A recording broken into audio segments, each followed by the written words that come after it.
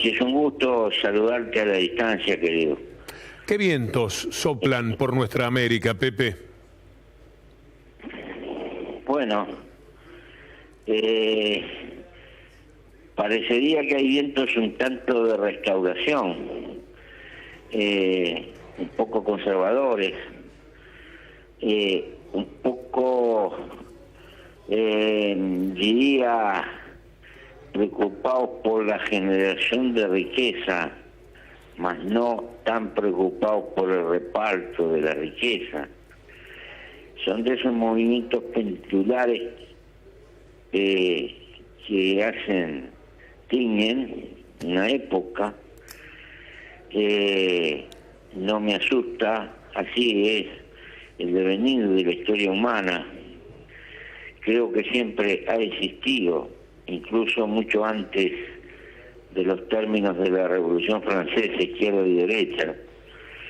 Siempre hubo los Gracos en la historia griega, Epaminondas, o Asoka en la historia de la India, o Jesús el hijo de María, el portador de la filosofía de los eseos, etcétera. Siempre ha existido una cara que busca la equidad social, la bonomía del reparto, y siempre la otra preocupada por la multiplicación y la concentración de la riqueza. En eso estamos, querido Víctor. Hemos estado mucho más malos. Recordemos los años de la dictadura. Y de esto también vamos a salir. Pero no saldremos sin algún costurón y con un bagaje de experiencia. Hola. Le quiero presentar a mis compañeros Pedro Brigger e Iván Jagroski, que van a hacer las próximas preguntas. Pepe, Pedro, por favor. Presidente Mujica, por supuesto lo estuvimos escuchando atentamente lo que usted dijo respecto de Brasil, que usted calificó como un golpe de Estado. Hoy el comunicado de la Cancillería uruguaya tiene como dos partes. Una parte bastante elogiosa hacia Dilma Rousseff y otra parte donde uno podría interpretar que avala lo sucedido en la destitución de Dilma Rousseff. ¿Cómo interpreta usted el comunicado? No sea periodista torpe. Bueno. No se quede en periodista. Póngase en nombre de Estado, que desgraciadamente tiene que ubicarse a veces en una cornisa, en un país cuyo segundo cliente es Brasil. Pequeño, entre dos gigantes que tienen sus problemas y necesita tener prudencia, porque atrás de esa prudencia está en juego el trabajo de muchísima gente. El que tiene los problemas materiales resueltos tal vez se olvida de estas cosas, pero quien tiene la responsabilidad de mirar todo el escenario de un país tiene que tener en cuenta que no cambia el mundo y la realidad con declaraciones, pero las declaraciones pueden hacer mucho mal. Entonces me parece que el gobierno estuvo prudente, dijo lo que tenía que decir. Bien. Iván. Mujica, cuando uno ve, buenas tardes, primero, los gobiernos que podemos llamar restauradores, levantando el guante que comentaba usted, ve que son menos institucionalistas que lo que podemos llamar los gobiernos plebeyos o populares. ¿Estos gobiernos populares a lo mejor se pasaron de institucionalistas durante su etapa o es un riesgo que tienen que correr por no tener a los medios de su lado, a las empresas de su lado y demás? Bueno, probablemente según los escenarios debe haber un poco de todo eso.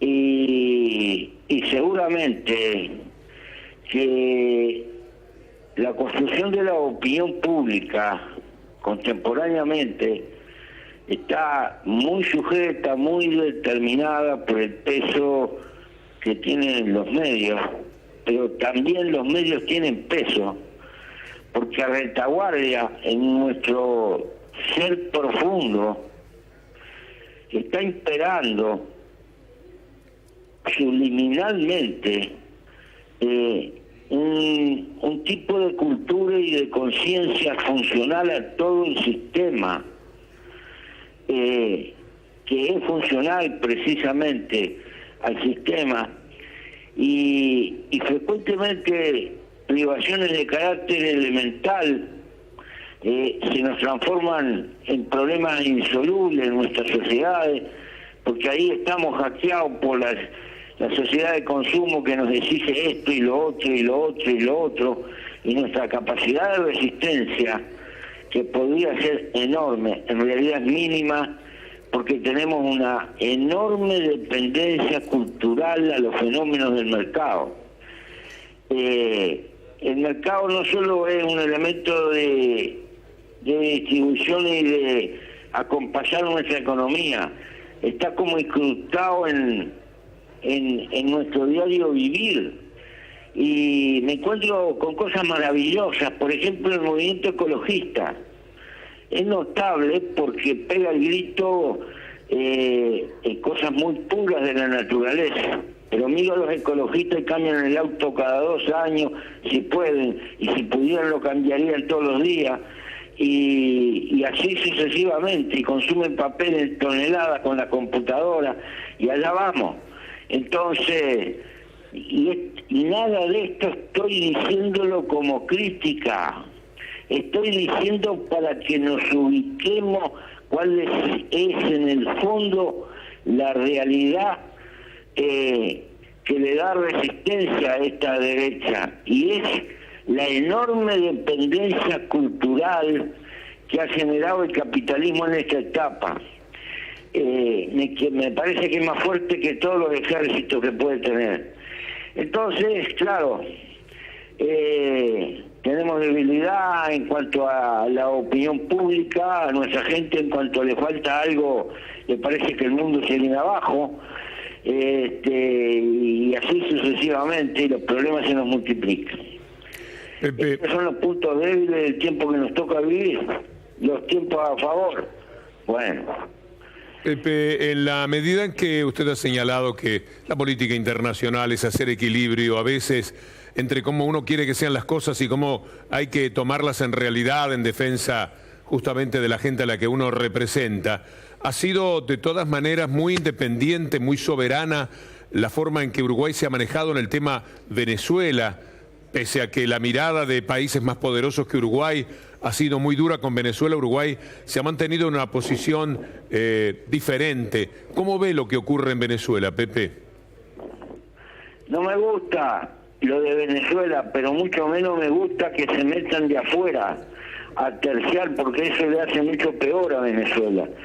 Creo que hay una radicalización del clima que hace perder racionalidad, y naturalmente yo soy fervoroso amigo de Chávez, acompañé todo su proceso, mi corazón está por los logros, pero veo una escena excesivamente primitiva,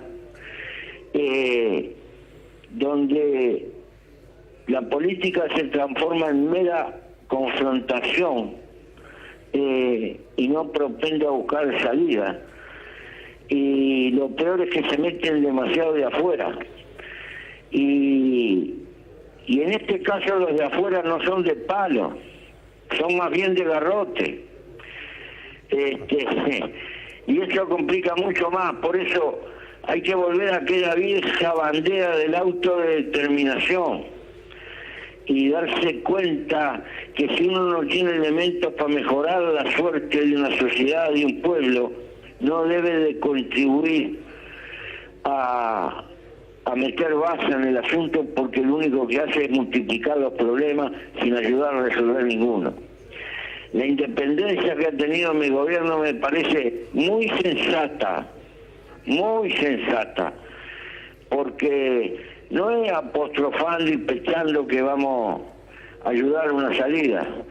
Al fin y al cabo, el que merece la salida no es ya solo el gobierno venezolano, es el pueblo venezolano. Y uno tiene que buscar la forma que pueda contribuir a a que pueda salir de este embrollo en el que está metido.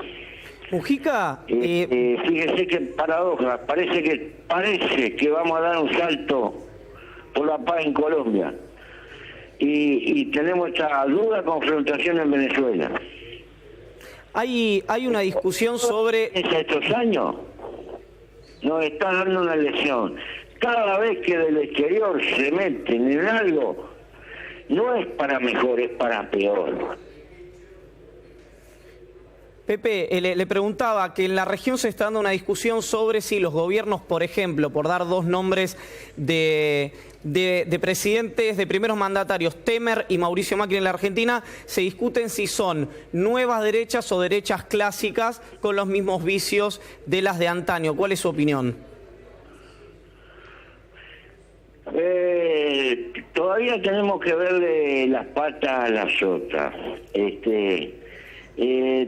Temer es un político negociador, veterano, pero más allá de lo que quiera o no quiera hacer, me parece que no puede dejar de responder positivamente a las fuerzas conservadoras que lo han ayudado a que se coloque en la presidencia.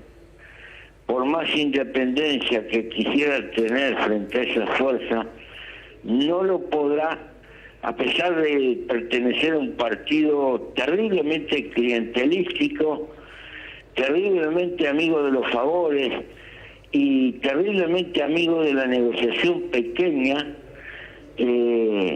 más bien partido muy grande para hacer alianzas y conseguir objetivos concretos, pero con un proyecto yo diría, es una especie de centro derecha flotante, como el corso.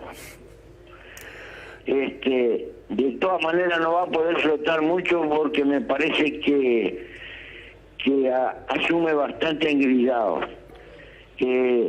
Macri todavía, por momentos parecería que hay un margen de gente bastante sagaz que lo rodea, pero lo que pasa es que en la Argentina, en el mundo hay dos economías, una para el resto del mundo y otra para la Argentina. Cada vez que hacemos un vaticinio sobre lo que pasa en la Argentina sonamos. Es gloriosa Argentina. Tiene la característica de presentarnos siempre una novedad, una cosa realmente imprevista. No sé si será un cosechón, no sé lo que será esta vez, pero creo que Macri está bien ubicado en el centro del espectro, volcado hacia la derecha, pero no es una derecha burda, ordinaria y garroteadora, al parecer. Pepe, finalmente, sí, voy a unir algo que alguna vez me dijo usted en un reportaje, que sería del mundo si no existieran las izquierdas para entregar una mano solidaria. Y como habló de sentimientos y se refirió a Chávez, imagino que usted tiene un sentimiento también de mucha ternura hacia Dilma Rousseff. ¿Puede relacionar estas dos ideas en el final de este encuentro tan grato para nosotros? Sí, Víctor Hugo, Dilma fue una verdadera amiga en estos años. Mil veces tendió la mano solidariamente y su teléfono siempre estaba sensible para atender esas pequeñas vicisitudes que aparecen en la función de gobernar. Una verdadera amiga. Se acordó del SOSEN, de los problemas de la frontera, algunos muy viejos. Nunca dio la espalda a nuestros reclamos, con un Brasil que estaba apretado, vino al Uruguay, hizo inversiones, mucho más, fundamentalmente como símbolo Yo el peor dolor que siento en todo esto, el peor dolor, es que estas cosas contribuyen a seguir atomizándonos y que no somos ni el 15% de la economía en el mundo y que los latinoamericanos, si no encontramos formas de tener ciertas claves comunes que nos defiendan, no tenemos masa crítica para influir en un mundo que se está agrupando en gigantescas unidades. ¿Cómo negociar con China? ¿Y quién se puede dar el lujo de no negociar con China? Pero ¿cómo negociar atomizado? Aún los países más grandes de América, Brasil, Argentina, son nada en el mundo de hoy.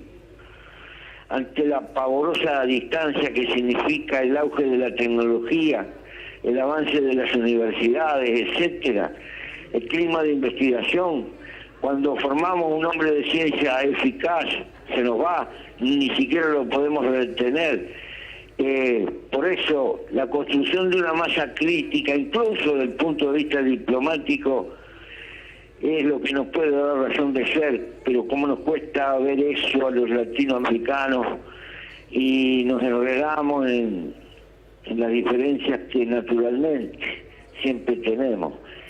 Si esperamos todos pensar lo mismo, ser iguales y tener todos el mismo catecismo, jamás lograremos tener un gesto global de unidad, de diplomacia y de peso en el mundo que nos toca vivir. Esta es una lección de la hora, por eso tenemos que señalar el rumbo, pero tenemos que mantener a fierro la relación todo lo más que pueda, fuere como fuere, porque estoy convencido que tenemos que respetar nuestras diferencias, pero aprender a negociar y a lidiar con ellas, pero construir un nosotros frente al mundo. Si no lo logramos, tampoco lograremos una Argentina fuerte, un Brasil fuerte, etcétera. Y eso no va a depender del mundo, va a depender de nosotros. Creo que esta es la batalla más central de la hora, y lo que me afecta esencialmente es que Brasil, por sus dimensiones, estaba convocado a cumplir el papel de una especie de paragolpe, pero no ha podido ser. Mujica, usted recién habló con mucha ternura respecto de Dilma Rousseff, dijo que era una amiga. Si tuviera que resumir los logros de lo que fue la gestión de los 13 años del Partido de los Trabajadores, de Lula da Silva, ¿cuál diría que es lo más meritorio que lograron en 13 años? Mire, lo más meritorio que hubo unos 40 millones de personas, tal vez más, que comían todos los días. Esto no tiene mucho de revolucionario, pero no es revolucionario para el que come seguramente. Para esa gente, Brasil era uno de los países menos equitativos del mundo, con un tajo social terrible, y el PT logró suturar bastante. Y si no avanzó más, probablemente el dibujo político de Brasil es diabólico, la constitución de Brasil es diabólica. 30 partidos, la mayoría partidos estaduales, cada ley hay que negociar, cada ley es el parlamento brasileño más se parece a una bolsa de valores que a un parlamento. Cada paso que se da es una negociación, y dame esto y dame lo otro, y hacerme esta carretera y el puente tal, y precisamos que me apoyen en las municipales, y así sucesivamente. Es muy difícil gobernar en esas condiciones. Mujica, cuando usted ve los procesos, digámosle, destituyentes de 2002 para acá, que siempre fueron para los que podemos llamar gobiernos populares, ¿cree que es casualidad, que es un problema de correlación de fuerzas, o que hay directamente un plan, podríamos llamarle sistemático, de voltear a estos gobiernos como el del PT que usted mencionaba anteriormente? Naturalmente que debe haber intereses de afuera que los hay, porque cuanto más atomizados y engrillados estemos, más fácil somos de dominar. Naturalmente que nosotros también cometemos errores,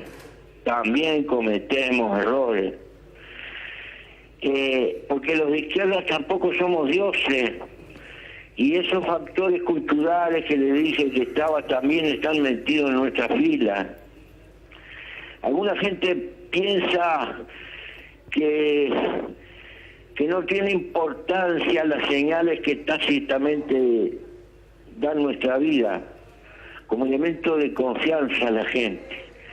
Pero cuando la derecha tiene todos los grandes medios, todos los grandes tambores, el único gesto de comunicación profunda que existe es la confianza en la nomenclatura, en la gente que llamamos para que nos represente. Y esto tiene mucho que ver en el cómo vives, para qué vives, y si sos republicano y si lo expresas tu republicanismo en cada uno de los días de tu vida y vives como vive la mayoría de tu pueblo y no como vive la minoría privilegiada. No podemos confundirnos. La mesa de ellos, de los poderosos de la sociedad, podemos sentarnos por urbanismo y debemos sentarnos cuando tenemos que negociar, pero esa no es nuestra mesa. La mesa nuestra es la común y corriente que tiene el pueblo común y corriente que camina por las calles, y a veces también la gente de izquierda perdemos esa perspectiva, desgraciadamente. Para terminar, Pepe, una idea de lo que ocurre en Estados Unidos. Tenemos elecciones que oponen a este personaje, Trump, y a Hillary Clinton. ¿Le merece una mirada especial ese hecho? Sí, Víctor. En el mundo rico está floreciendo un populismo harto de derecha, de carácter reaccionario, de corte ferozmente proteccionista. Es el que logró imponerse en Inglaterra en ese plebiscito. Es el que está presente en Francia, el que ha aparecido con fuerza en Alemania. Es Trump, que dice América para los americanos ricos, para los americanos de él, que habla de muros, de país encerrado, de que va a traer de vuelta las industrias, etcétera, etcétera, etcétera. Ojo con ese populismo de derecha que a veces puede chocar hasta con alguna transnacional. No tenemos nada que ver. Poco tenemos para recoger de eso. Es peor que el otro. Por eso tenemos que estar muy en guardia, y porque lo peor no es Trump. Lo peor es que hay un margen de opinión que ese discurso le entra, y es demostrativo de que los pueblos desgraciadamente también se comen la pastilla. A veces los pueblos también se equivocan, y claro que nos pueden decir que al fin y al cabo son los únicos que tienen derecho porque pagan los costos, sí, pero los costos son desmesurados después. Así te lo llevó la gente, así te lo votó la gente, a Mussolini también. Entonces, a poner las barbas en el remojo. Estos cantos de sirena de populismo de derecha pueden ser el entronamiento del fanatismo. Pepe, ¿va a mirar el partido más grande de la historia del fútbol, el de Uruguay y Argentina en la Chacra? ¿Está por ahí? Sí, claro que lo voy a ver. Tenemos que sufrir un buen rato, tenemos que sufrir, desde luego, como ese estilo, cada vez que nos toca pleitear con los hermanos argentinos es un sufrimiento, pero es un hermoso sufrimiento. Lo dejo con el partido, Pepe, le doy un gran abrazo. Una fiesta deportiva, no es una guerra. Más bien. Pepe, Un fuerte abrazo, una inmensa gratitud. Ojalá que alguna vez lo tengamos personalmente aquí para conversar en forma más directa. Usted siempre es antes que nada una gran emoción.